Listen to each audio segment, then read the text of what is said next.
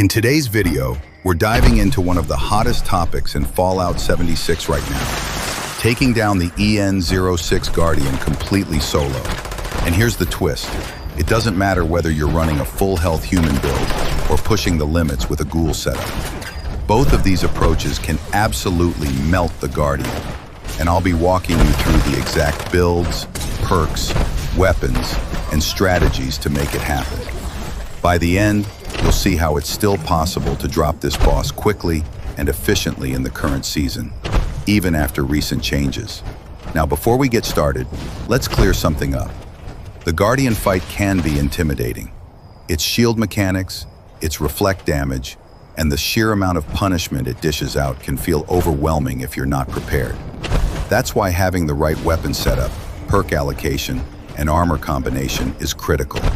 And that's exactly what we're breaking down. So let's start with the Ghoul build. The backbone of this build is an Enclave Plasma Flamer, configured as a scoped rifle.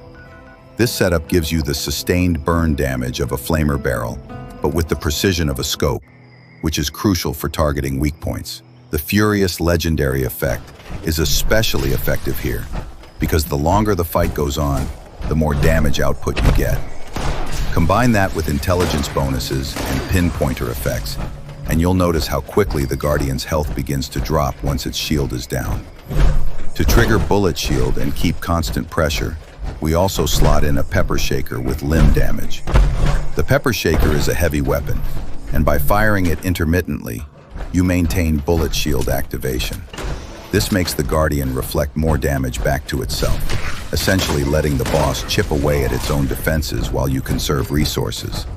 For armor, a strong choice is a mixed set that leans on troubleshooter's pieces to amplify damage against robots. Pair that with a couple of nocturnal pieces for AP regeneration when conditions are right, and you've got a versatile, well-rounded setup.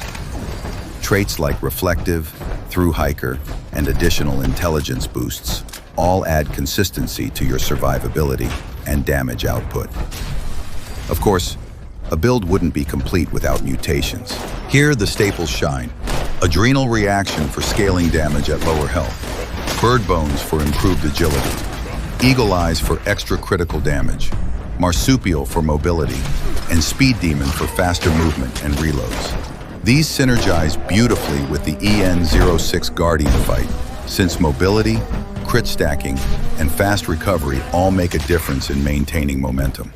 Special point allocation is balanced, but the highlights are high strength for damage perks, solid perception for accuracy and damage multipliers, and a decent investment in agility and luck for crit effectiveness and survivability. Luck is particularly interesting because perks like Ricochet mean some of the Guardian's damage gets reflected back at it instead of hitting you. When it comes to perk cards, there's a clear focus on maximizing both survivability and damage output. Strength houses Bullet Shield or Bullet Storm, along with Easy Target. Perception brings in Smart Shot, Tank Killer, Tormentor, and other perks to amplify limb damage and critical hits. Agility adds Covert Operative and Escape Artist to keep you stealthy even during chaos. And in luck, staples like Ricochet and One Gun Army make sure the Guardian's own attacks are turned against it. So, how does it play out? You activate the Guardian, keep your flashlight off to stay hidden, and use the pepper shaker sparingly to maintain bullet shield. While the Guardian reflects damage back at itself, you crouch, stay in caution, and use the Plasma Flamer's scoped precision to deal heavy burns. With this approach, I was consistently taking down the Guardian in around 50 seconds. That's insane speed considering the scale of the fight, and it proves that the Ghoul build remains one of the most reliable ways to solo EN06. But what about if you prefer a human character? That's where the Bloodied build comes in. This version uses a very similar weapon setup, again the Enclave Plasma Flamer with the scoped rifle configuration. The difference comes in with the pepper shaker. Instead of running limb damage, you go with a vampire's pepper shaker. Why? Because as a low health character, sustain is everything. When you reflect damage back, the vampire's effect can heal you, giving you an extra safety net during the Guardian's onslaught. Armor here leans on a full troubleshooter's set, With bonuses like +2 luck, your Ricochet perk becomes even stronger. Since Ricochet chance scales with luck, having higher luck means you'll reflect more damage back to the Guardian without taking the hit yourself. A massive benefit for Bloodied players who can't afford unnecessary hits. Mutations remain nearly identical to the Ghoul setup, though adding Healing Factor provides passive recovery to help stabilize health between Stimpack uses. Perks on this build focus a bit more on survivability than the Ghoul version. In Endurance, you'll see more tankiness perks slotted in to compensate for the risk of low health.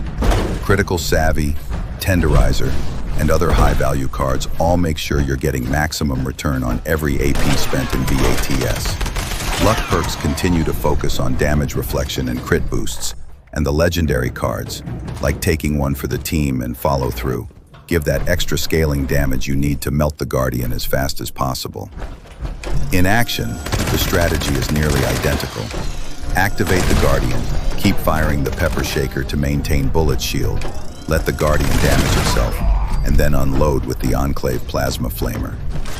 The key difference is that your Vampire's Pepper Shaker will keep you alive while you're playing at low health. This makes the Bloodied build just as viable, though slightly more skill-intensive, because you'll need to manage health carefully while maintaining damage output. In my testing, the Bloodied build was slightly slower than the Ghoul build, often landing between 55 and 65 seconds to finish the Guardian.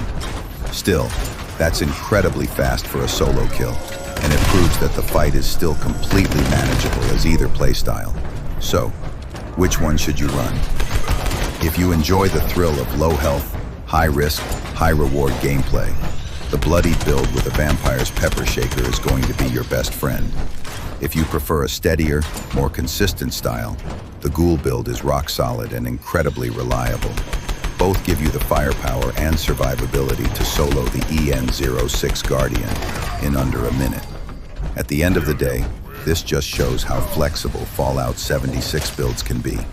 Even after changes to perks, armor effects, and Guardian mechanics, creative players can still push their builds to insane levels of performance.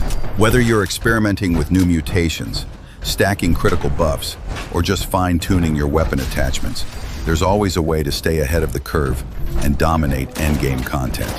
If you found this breakdown helpful, make sure to drop a like and let me know in the comments which build you're running this season. Are you leaning toward a Ghoul setup with consistent burn damage, or are you taking the risky Bloodied path for maximum DPS?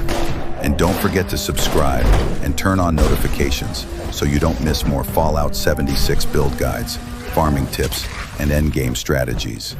Because trust me, the Guardian isn't the only challenge out there, and I'll be covering even more ways to get the most out of your build in the coming weeks.